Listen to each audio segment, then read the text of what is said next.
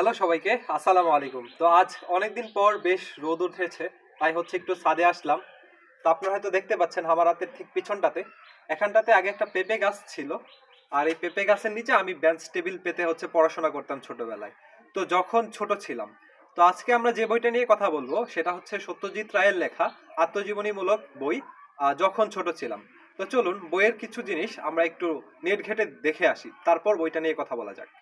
এই বইতে সেই ছোট্ট সত্যজিৎ রায়ের বড় হয়ে ওঠার কাহিনী শোনাননি তিনি, সেই সঙ্গে শুনিয়েছেন এমন এক পরিবারের কথা, যে পরিবার বাংলা সাহিত্যে একমাত্র ঠাকুরবাড়ির পরেই স্মরণযোগ্য। আরও শুনিয়েছেন এমন এক কলকাতার কথা, যে কলকাতা আজ মনে হয় অচেনা। স্মৃতিকে সবাই ধরে রাখতে পারে না, সবাই পারে না স্মৃতিপটে ফুটে ওঠা কাহিনীকে সরস ও সাধু করে শোনাতে। সত্যজিৎ রায় এই দুটো কাজই খুব সহজে এবং সুন্দর করে করতে পেরেছেন। তার স্মৃতি অভিজ্ঞতায় ভাণ্ডারটি যেমন হীরে মণিমুক্তায় ঠাসা, বলার ভঙ্গিতেও তেমনই হীরের ধার এবং উজ্জ্বলতা। যখন ছোট ছিলাম বেরিয়েছিল সন্দেশ পত্রিকার দুটি সংখ্যায়। বর্তমান গ্রন্থটিকে তার পুনর্বর্ধন বললে নিতান্তই কমিয়ে বলা হবে। লেখা যেমন আমূল বদলে গেছে সম্পাদনায়, আরও সংযোজন, ছবির ক্ষেত্রেও তেমনি বহু বদল, যোজনা এবং সংস্কার। নতুন করে বিস্তর ছবি এঁকেছেন সত্যজিৎ রায় এ বইয়ের জন্য, যেমন গড়পাড়ের বাড়ি বা কালীগঞ্জের গভর্নমেন্ট স্কুল। নতুন করে যেতে হয়েছে তাকে এসব জায়গায় স্কেচ আঁকার জন্য।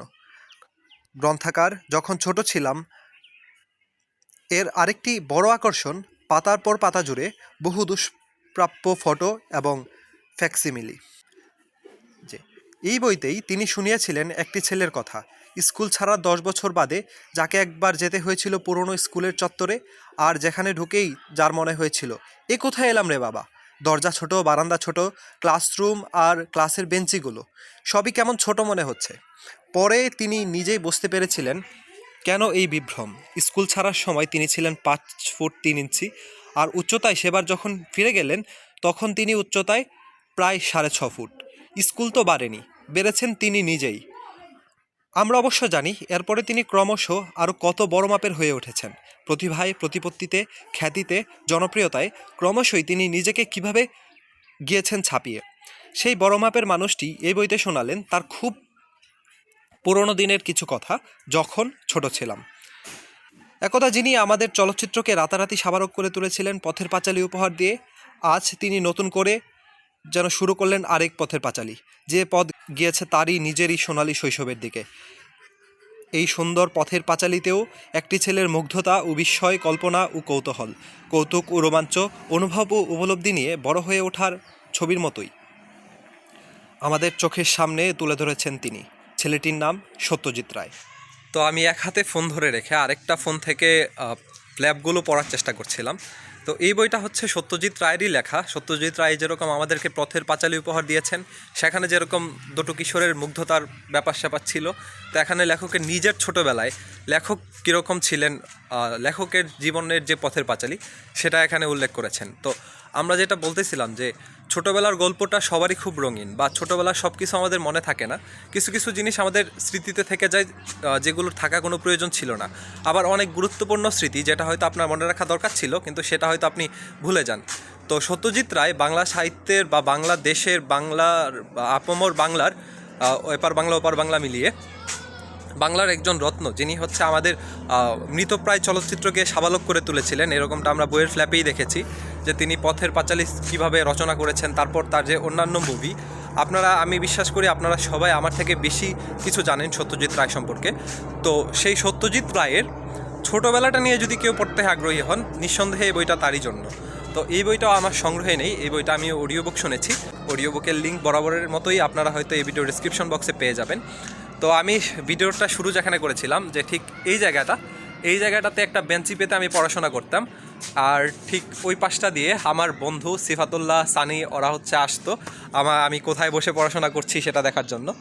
তো এই ছিল আমি যখন ছোট ছিলাম তার একটা গল্প।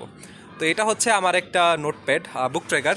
তা আমি এখানে বেশ কিছু জিনিস টুকে রেখেছি, যে এবছর অর্থাৎ 2026-এর শেষে আমার একটা জিনিস করার প্ল্যান আছে, সেটা হলো সত্যজিৎ রায়কে একটু জানার চেষ্টা করা, তার মুভিগুলো আবার একটু দেখা। আমি হয়তো তার মুভিগুলো দেখেছি, কিন্তু ওরকম মনোযোগ দিয়ে দেখা হয়নি যে মুভিগুলো দেখার জন্য মুভিতে যে জীবনবোধ বা যে দৃষ্টিভঙ্গি বা যে জিনিসটা উনি দেখাতে চেয়েছেন সেটা হয়তো আমি ওরকমভাবে নোটিস করিনি। তো সত্যজিৎ রায়ের মুভিগুলো হয়তো আমি দেখব। এবং এই বইটি আমি হয়তো সংগ্রহ করব শুধু দুটো কারণে। এক, লেখক সত্যজিৎ তার শখ ছিল রবীন্দ্রনাথের একটা কবিতা তার অটোগ্রাফের খাতায় লিখিয়ে নেবে। তো তার জন্য তিনি একটা খাতা রবীন্দ্রনাথকে দিয়ে এসেছেন এবং সেখানে রবীন্দ্রনাথ একটা কবিতা লিখেও দিয়েছিল। সেটা আপনারা স্ক্রিনে দেখতে পাবেন হয়তো। আর দ্বিতীয়ত, এই বইয়ে লেখক সত্যজিতের নিজের তোলা এবং তার পরিবারের বেশ কিছু দুষ্প্রাপ্য ছবি এখানে রয়েছে। তো সেগুলোর জন্য আমি হয়তো এই বইটি সংগ্রহ করব। তো যেটা বলছিলাম, এবছর আমি সত্যজিৎ রায়ের লেখা এবং সত্যজিৎকে নিয়ে লেখা বেশ কিছু বই আমি পড়তে চাই।